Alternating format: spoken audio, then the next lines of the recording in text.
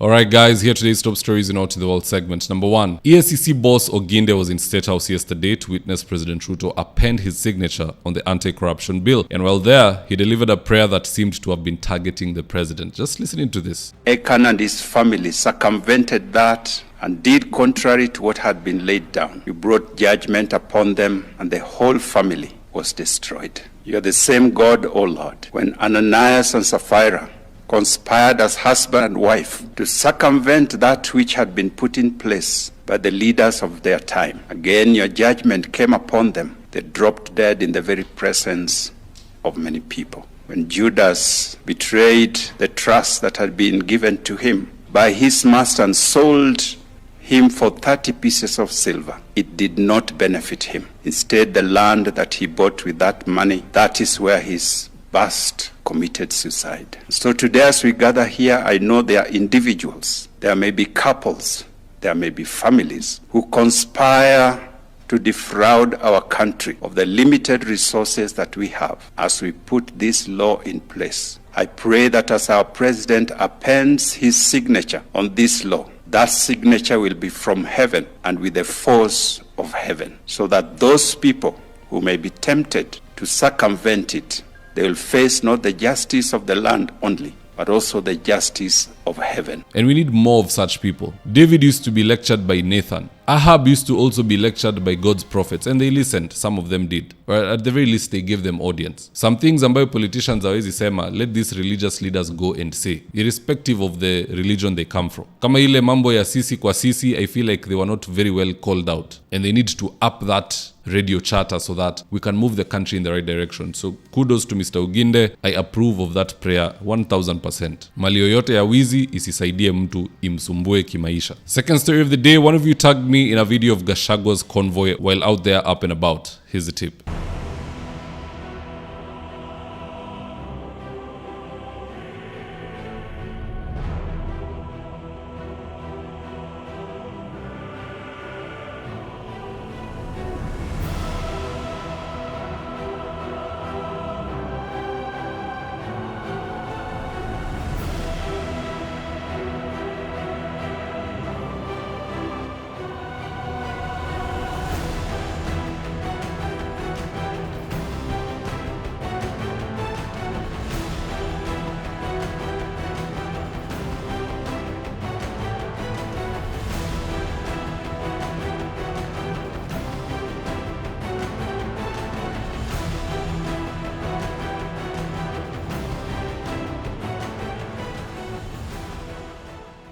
The guy is living large. If you missed it, you might not even have realized he was impeached at one point. Third FL story of the day, after Suluhu banned Kenyans from working or doing entry-level jobs rather in Tanzania, Mosiria has decided to call her out because he is meeting endless Tanzanians in Kenya doing entry-level jobs and he lets them be. Here's a tip.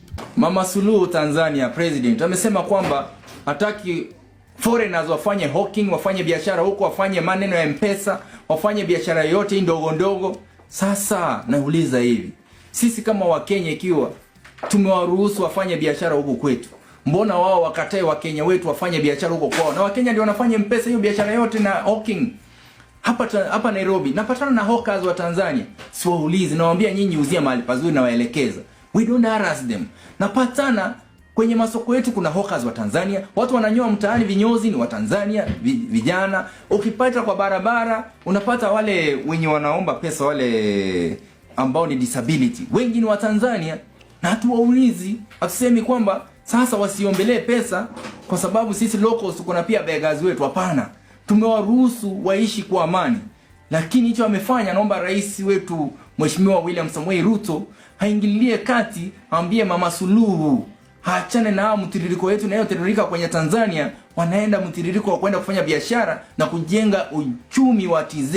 Na sisi ndio tumeshikilia uchumi wa Tanzania kama Wakenya ambao tunafanya biashara pale, wana import pesa kutoka Kenya. Unajua shilingi ya Kenya value iko juu sana. So wakifanya biashara pale tuna grow economy ya Tanzania.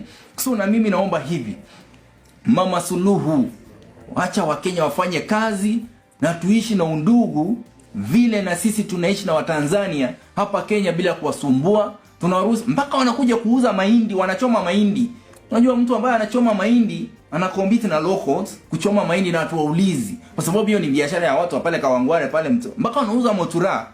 Na wao ni wa Tanzania. Na watu waulizi tunawapenda. Sisi kama Kenya kama tunawapenda, mbona basi mseme kwamba foreigners wasifanye hiyo biashara ndogo ni ya wananchi wa humo nyumbani? Na sisi basi humu kwetu rais wetu naomba waamke waambie Mama Suluhu kila Mkenya ako na uhuru wa kufanya biashara Tanzania. What say you guys? What do you think should be the choice of retaliation from the Kenyan government? Should we ignore Suluhu's directives? Should we reciprocate? Just drop me your comments. I'll do my best to read them and to give you a response. In the event you're here for the first time, please go on and hit the subscribe button. And if you're watching for a different platform, just head on over to YouTube, search for David Wafula. Hit the subscribe button. You're going to be getting a ton of content of this nature. If politics is something you're passionate about, this is definitely the one channel that you really need to subscribe to. Alright guys, adios.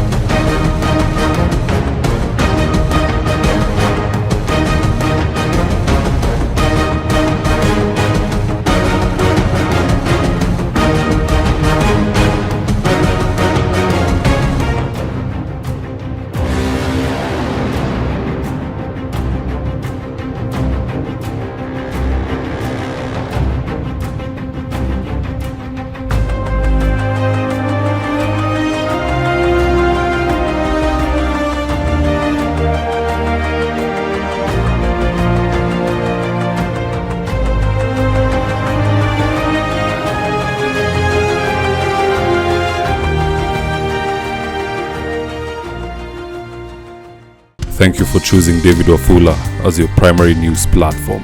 We put countless hours in research, recording, and editing. By showing up each and every day to watch our videos, you encourage us to generate more videos for the viewers. We are on a mission to inform, educate, and build a better tomorrow. To our thousands of followers in a world full of presidents, kings, and queens, you are the real gem. Adios.